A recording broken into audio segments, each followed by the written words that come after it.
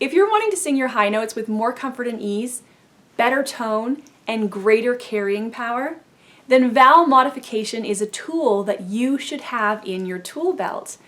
Today's video is an introduction to this concept and practice of vowel modification, in which I'm going to talk about what vowel modification is and isn't, and why we do it.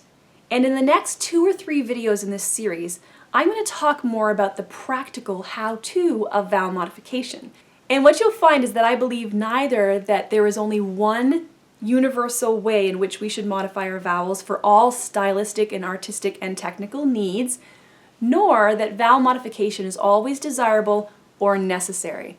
And if you'd like to be notified when I post those next videos about the various ways in which we can modify our vowels, please take a moment now to subscribe to this channel. So in vowel modification, we're essentially making very subtle adjustments to our vowel resonance in order to make those vowels more compatible with the pitches that we're singing. Now, what does that mean? More compatible with the sung pitch? Well, this really comes down to acoustical science.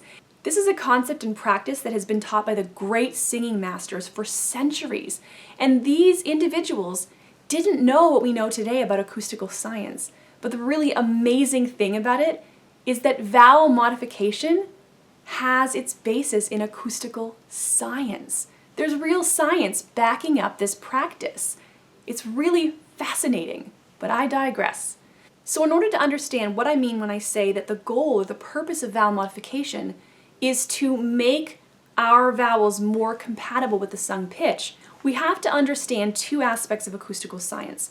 The first is harmonics. The pitch, the tone that we're singing, is actually a complex tone made up of multiple frequencies called harmonics. The lowest harmonic in the series, the first harmonic, is also called the fundamental frequency. It's the strongest and the loudest of all of those harmonics in that harmonic series. We call that the fundamental frequency, but it's what we perceive as pitch, the pitch that we're singing. Now all of those harmonics stack above it, so we've got the second harmonic and the third and the fourth and so forth, and these harmonics occur at integer multiples. Now we don't have to worry about the math right now, but understand that we have a series of frequencies. So we have this set of frequencies over here, but then there's also another set of frequencies here, and these are the formants. The formants are the natural resonance frequencies of the vocal tract that are based on how we shape our vocal tracts, how we shape them to make the speech sounds that we make. Every resonator tube, every resonating body has a natural frequency at which it vibrates. And in the case of the resonator tract, it's not of uniform shape or size and it's adjustable. So it's capable of resonating at multiple frequencies. And again, those are called formants. So what do harmonics and formants have to do with each other? Well, again, they are frequencies. So when we're singing a given pitch, that pitch, again, is comprised of multiple harmonics. All right? And then we have these formant frequencies, which are altered or adjusted by making adjustments to the resonator tube, to its size and shape. And sometimes the ways in which we shape our vocal tracts, our resonator tube, are incompatible with those harmonics because they create a sort of clashing between the formant frequencies and the frequencies of the harmonics. It's almost like if you were to play 2 notes on a piano that are discordant. There's a little bit of a clashing, and that clashing can actually not only sound bad, but also cause the vocal instrument to operate inefficiently. And that can lead to things like tension and strain, and are having to work a whole lot harder on the same pitch than if we were to align those 2 sets of frequencies. So the purpose and the goal of vowel modification is to make very, very subtle adjustments to our resonator tracts so that those formants can align with those harmonics. So when we align our formants with the harmonics of the sung pitch, a few great things happen. First of all, this formant here that's aligning with this harmonic gives the harmonic an acoustic boost, an energy boost. And that helps the voice to carry better. It helps it to be louder. Also, we tend to get a nicer tone.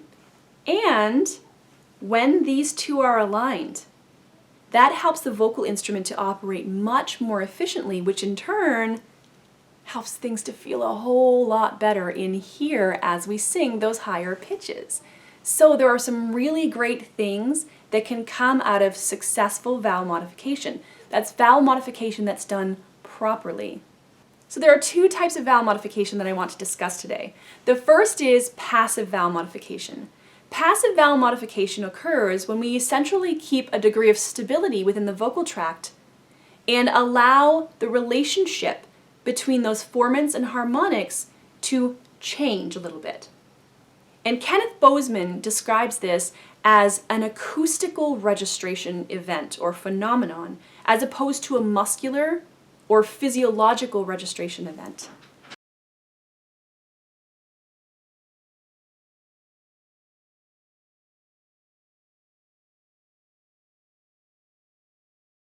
And in active vowel modification, we're intentionally making adjustments to the vowel's resonance, to its formant frequencies, in order to make those formant frequencies align more closely and therefore be more compatible with the harmonics of the sung pitch.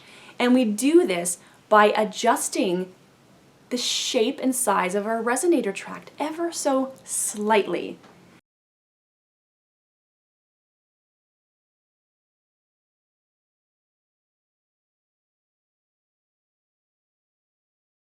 And those lower two formants, the first formant and the second formant, are what are also known as the vowel formants because they're the most adjustable by making changes to the articulators, to the shape of our mouths, to the position of our jaws, and to the shape and position of our tongues. And we're going to talk a little bit more about this in the upcoming videos, in which I do talk more about the practical aspects of vowel modification, how those little tiny adjustments that we can make to our vowel can make those vowels more compatible with the sung pitch, and so that we can benefit from having more efficiency, greater ease, feeling a lot better, more carrying power, more beauty of tone. Now there's one other thing that I want to talk about that's often confused with vowel modification, and that is vowel substitution. In vowel substitution, the singer is intentionally swapping out one vowel for another.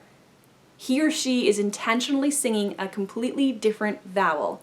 And this technique can be used to color the vocal phrase or the vowel a certain way, as when we say bebe instead of baby.